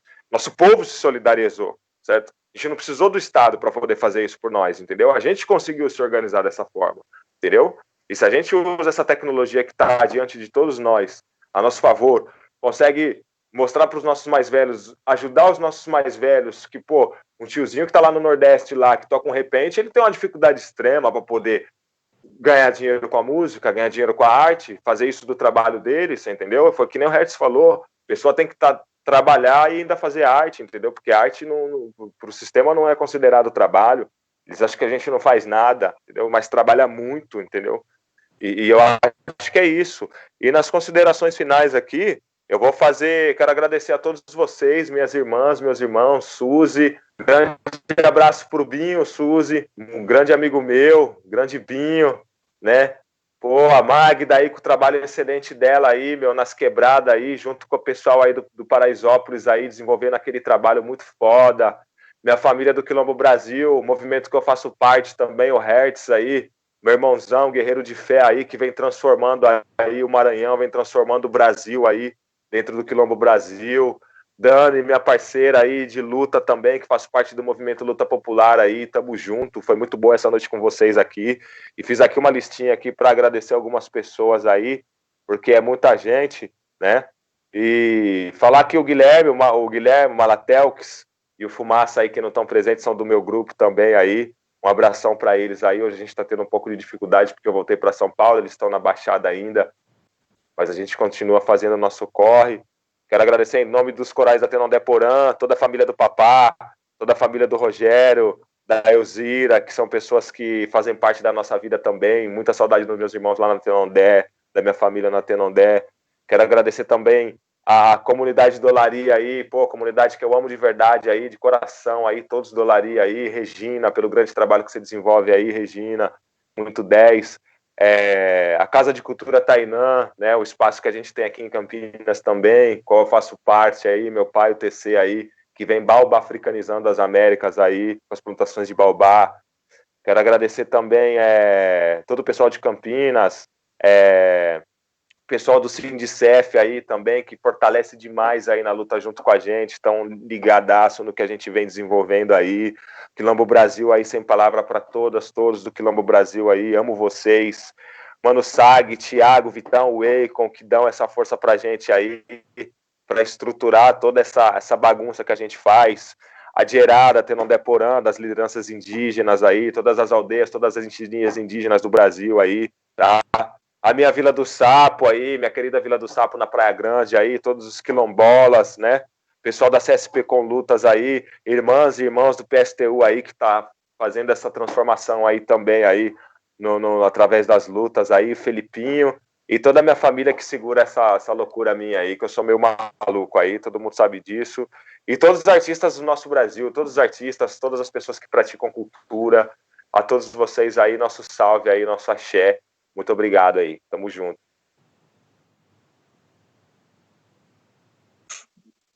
Valeu, Igor, tamo junto. Aqui é nós por nós. E parece que finalmente, né, os indígenas do Jaraguá conseguiram conter o incêndio na aldeia após tanta omissão do governo, das autoridades, né? Só para lembrar. Salve, Suzy! Bom, agradecer aí o convite, estar nesse papo bom com vocês aí, ouvir tantas coisas interessantes e inteligentes, né? Pessoas muito inteligentes aqui. Queria falar, a Irene mandou uma pergunta que eu queria responder, como que o Sarau do BIM, a Feliz, como que essas experiências ajudam na organização da periferia, né? E aí eu vi o Igor citando tantos grupos também, né? Fico pensando o que era essa nossa periferia em termos de cultura, de atividades culturais há 20 anos atrás, há 30 anos, quando eu era uma adolescente que não tinha nada nas periferias, que a gente precisava atravessar as pontes para acessar um cinema, uma biblioteca, né? E hoje tem tanta coisa acontecendo, né? E a importância dos saraus, das conexões que a gente faz com as demais linguagens, com a educação, com a área social, com os alunos, com o pessoal dos CAPs, da Aldeia Guarani, os nossos irmãos lá da Tenondeporã e da Calepeti, da Gerá, que é nossa grande irmã, grande parceira. Como que a gente conseguiu fazer essa rede, formar uma rede tão forte, né? E hoje a gente consegue conhecer irmãos que estão lá na Zona Leste, na Zona Norte, fazendo arte e cultura através dessa rede, né? Esse final de semana passado teve um evento grande, muito importante aqui, que é o Ocupa Cidade, organizado pelos trabalhadores da educação, em parceria com os trabalhadores da cultura, um evento muito potente, com várias discussões muito importantes. Então, a gente está se fortalecendo, a gente se junta aos nossos para poder criar situações que nos salvem, que nos deem forças para continuar, né? Então, acho que essa é uma das importâncias do Sarau e da Feliz, é fazer essa conexão, essa intersecção entre essas linguagens, entre esses grupos, para nos dar forças na caminhada aí. Então, respondendo essa pergunta da Irene, né? E peço a todos que sigam fortes aí, não se prendam muito aos noticiários da TV, porque isso nos adoece, né? E ajudem os que vocês tiverem condições de ajudar. E é isso, sigam em casa o quanto puderem, até que isso tudo passe. Beijo no coração de vocês, se cuidem, obrigada por estarem aqui comigo hoje. Obrigada pela companhia. Valeu, Suzy, grande parceira aí, putz, muito bom, muito bom. Dani, eu valeu. te amo, viu? Só para não passar batido, assim. Eu amo você e o Márcio. Que linda declaração. E a Tereza, linda. Linda declaração, eu amo vocês, Suzy, vocês são família para mim, viu? Também. Hertz, pode ser você, né? Salve. Então, rapidão, né? As perspectivas. Olha só, eu estava vendo aqui a Suzy, né? A capacidade que ela tem, a história do Binho, a capacidade que a Magda tem de estar fazendo cultura aí, tipo MacGyver, pegando uma coisa aqui, outra ali e tal, fazendo com toda a dificuldade, do Igor e tal. Eles não sabem o que é MacGyver, não, hein? Eu conheço o MacGyver, sim. O professor Cara, fez Sim. Carro em alta velocidade com palito de fósforo. Então, olha só, eu estou falando isso porque tem centenas de milhares de pessoas iguais a essas pessoas que estão aí. E por que está passando esse aperreio todo? Esse país é a 9ª economia do mundo. A 9ª economia do mundo. Mas é o 7º país mais desigual do mundo. Perguntaram sobre conselhos populares, vou repetir. Nós temos que organizar conselho popular agora para derrubar esse governo. Mas depois tem que ter o Conselho Popular de Cultura que possa administrar as verbas da cultura sem estar preso ao Estado, com completa autonomia em relação ao Estado. E é possível isso. Eu estou muito otimista, vou falar para vocês, porque quando eles batem cabeça, a esperança entre a gente cresce. Eles estão batendo cabeça. E a cultura, o movimento artístico pode cumprir uma tarefa muito importante. O Public Enemy voltou em peso. E quando é que o Public Enemy voltou? Voltou quando tem uma rebelião, uma das maiores rebeliões nos Estados Unidos depois da morte do George Floyd. Lançou um clipe agora, está com 3 dias. Eu estou falando do Public Enemy, que os caras já devem ter neto que deve estar cantando rap. Na rebelião que teve na França em 2005, que ficou conhecido como o Maio Francês de 2005, que foi protagonizado pela juventude da periferia, negros e imigrantes, o rap foi a trilha sonora daquele processo revolucionário. A trilha sonora. Inclusive, o parlamento francês teve que votar a lei censurando as músicas de rap. Agora, antes da pandemia, o Haiti estava vivendo um processo de mobilização que o governo estava quase caindo. Quem chamou as mobilizações foram os artistas, inclusive muitos rappers que chamaram aquele processo de mobilização. Eu estou falando isso porque a gente pode cumprir, sim, essa tarefa, porque é a nossa classe que produz a riqueza. A Fundação Palmares é resultado da mobilização do movimento negro na década de 90. Aí entra um safado daquele, tirando onda da nossa cara, utilizando a Fundação Palmares para fazer política racista. Tem que derrubar esses caras. O Ministério da Cultura não pode ser isso que o Igor está falando. O cara faz o edital, passar 6 meses, dependendo, etc. E tal. Não. Todo aquele dinheiro ali é dinheiro nosso. Em plena pandemia, esses caras transferiram 1 trilhão e 200 bilhões de reais para meia dúzia de bancos. 1 trilhão. Esses caras não precisam, eles não iam morrer de fome. Quem foi que disse que banco precisava de dinheiro agora? Com 100 milhões de desempregados, só de pessoas que vivem das manifestações culturais, 5 milhões de pessoas. Nós estamos falando o seguinte, é necessário que a gente compreenda isso, que a gente aproveita essa oportunidade que a gente está vivendo para resolver o problema do conjunto da nossa classe e que a gente vai resolver o problema também dos artistas. É derrubar esse governo e preparar os conselhos culturais para que, de fato, a gente possa ter uma cultura que seja independente do Estado. A gente não pode mais ficar vivendo da migalha desses caras. Eles não produzem nada. Esses caras não produzem, não sabem enfiar uma linha num buraco com uma agulha, não sabem bater um barro, não sabem levantar uma parede. É a nossa classe que produz a riqueza, então a gente tem que compreender isso.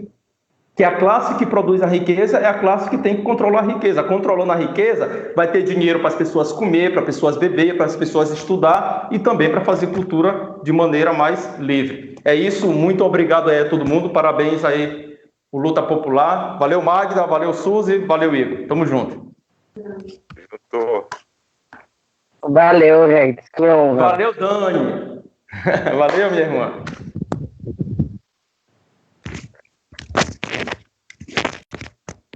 Valeu, Elis, grande parceiro meu também. Tamo junto. Vai lá, Magda. Bom, na linha da Suzy, assim, né? Eu tenho vários receios. Eu acho que a gente vai passar por um momento muito difícil, principalmente no âmbito cultural, profissionalmente falando. Eu espero que essas grandes empresas aí Por enquanto, pelo menos eles continuem bonzinhos, né? A gente captando recurso aí para comer e eles continuem fazendo essa presa aí, porque eu acho que a situação tende a piorar. E por que eu falo isso? Porque a gente não pode esquecer que o governo do Bolsonaro é um governo genocida, é um governo que tudo que esse cara falou que ele ia fazer, ele tá fazendo, né, mano? Quem prestou atenção na propaganda do cara, propaganda política, já sabia que ia ser mais ou menos esse rolê. A gente só não sabia que ia acontecer isso e a gente já tá passando por uma pandemia, né? Eu acho que o povo da cultura, no momento, tem que se manter firme, tem que se manter mais político, ativo nós sempre, isso aí não tem nem... Eu acho que assim, a galera que mais se move mesmo é a galera que tá aí na cultura, né? Tá aí produzindo cultura, tá fomentando nas periferias. De alguma forma a gente vai continuar fazendo isso, porque querendo ou não, favela é quilombo, e a gente sempre fez, a gente sempre se virou, continuar fazendo isso enquanto for possível, enquanto a gente tiver pernas. Queria dar pra galera, assim, principalmente pra juventude, velho, é que quando a gente estiver no microfone de novo, quando a gente puder ter acesso às ruas novamente, que a gente faça isso, principalmente a juventude, né? Aí já é mais da nossa galera, assim, do cinema, das batalhas. O recado que eu queria deixar para essa galera é que quando a gente pegar no microfone de novo, quando a gente puder soltar a nossa voz, mano, que a gente faça isso com um pouco mais de consciência, um pouco mais de calma, pensando estratégia, pensando que o inimigo sabe tudo de nós e a gente tem que saber tudo dos caras também. Essa minha fala, ela não é nem pra galera que, né, pra vocês todos que estão aí e já trabalham com cultura e tal, mas é pra galera jovem mesmo que tá entrando e não tá entendendo que a gente tem que estar político na nossa ação cultural, entendeu? E que se não for assim, não vai mudar.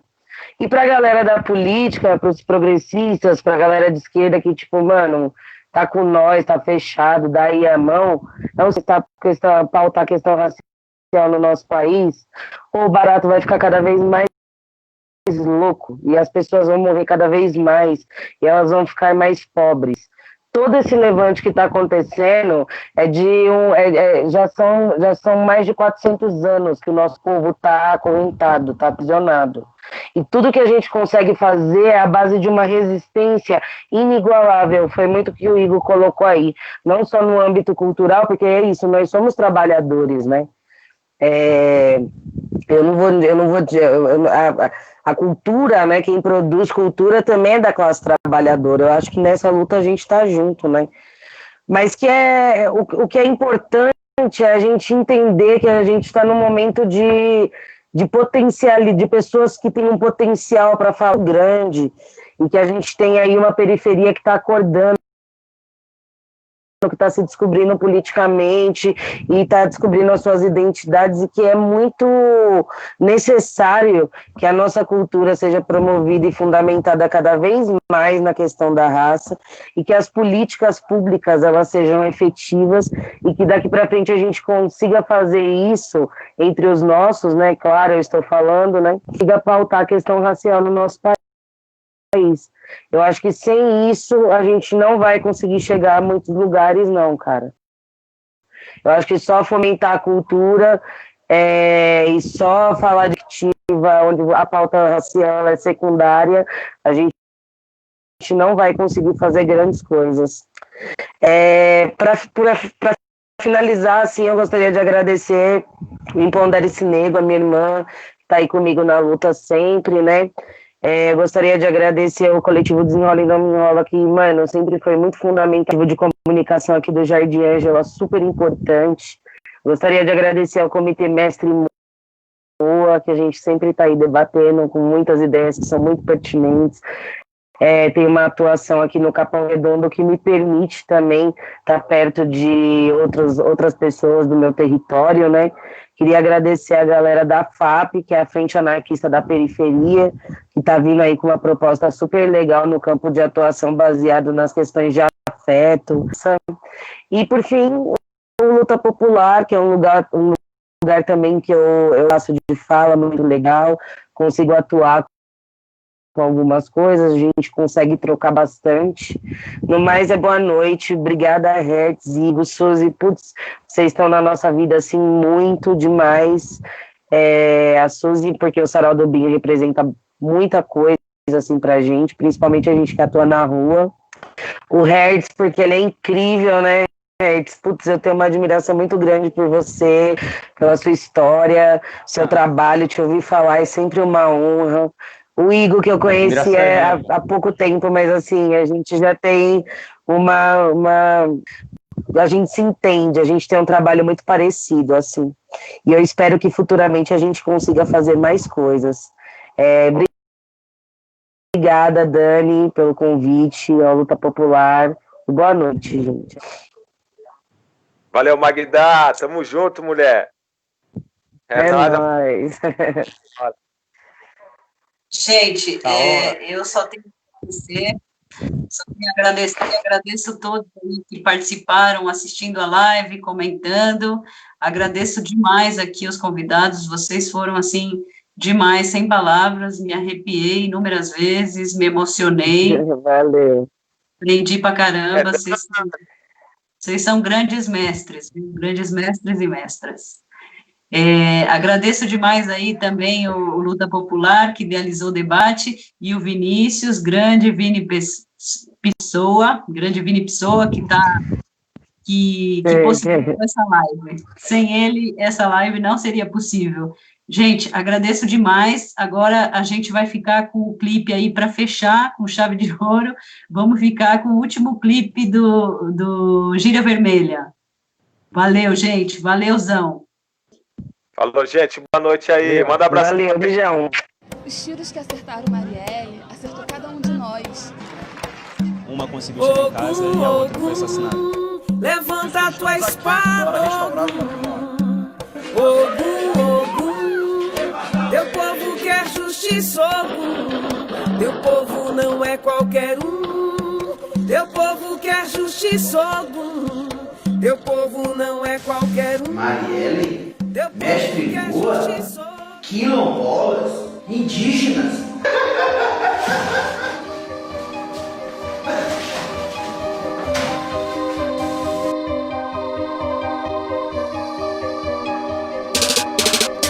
Em favela, não espera, quem miguela, se revela. Promotora, vai revela.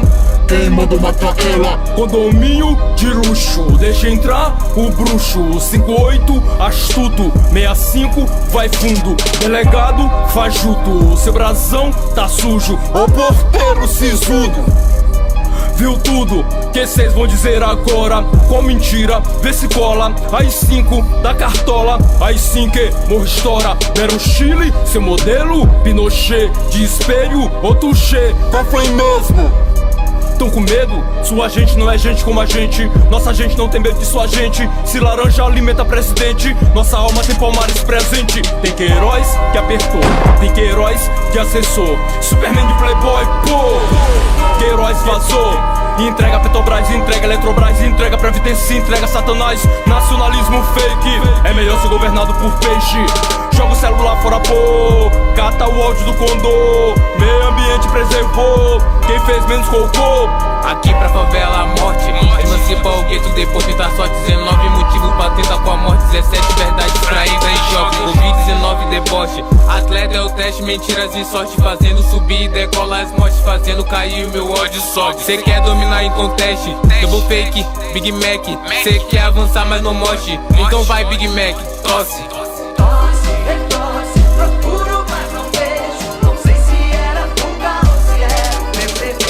O palhaço não fabrica mais piada, a plateia tá ficando irritada. Olha o cru derramado, não tem graça. O Nordeste tá querendo tua carcaça. Bola dividida, gangue dividida. Assume laranjal que é melhor hambúrguer frita. Preciso respirar, se a nos estupida, melhor você vazar. A Amazônia fica, madeireira é seu parceiro. Índia é um trave tua história. Teu discurso estimula mortes, tipo Paulinho de Araribóia. Homens, brancos, burgueses, patéticos, controlado igual robô popô. Quem discriminou aidético, morfético, sádico, racista, enfático. Verme por verme, rato por rato, tudo amarraremos num saco. Tua gangue foi além do limite. Clã, cargo cabide, pra Ku Klux Klan da Covid. Somos milhões no apetite, gente negra, humilde, classe operária em riche. Vamos ver que decide, Soviets ou Auschwitz. E diga sim a quem nos quer acolher, mas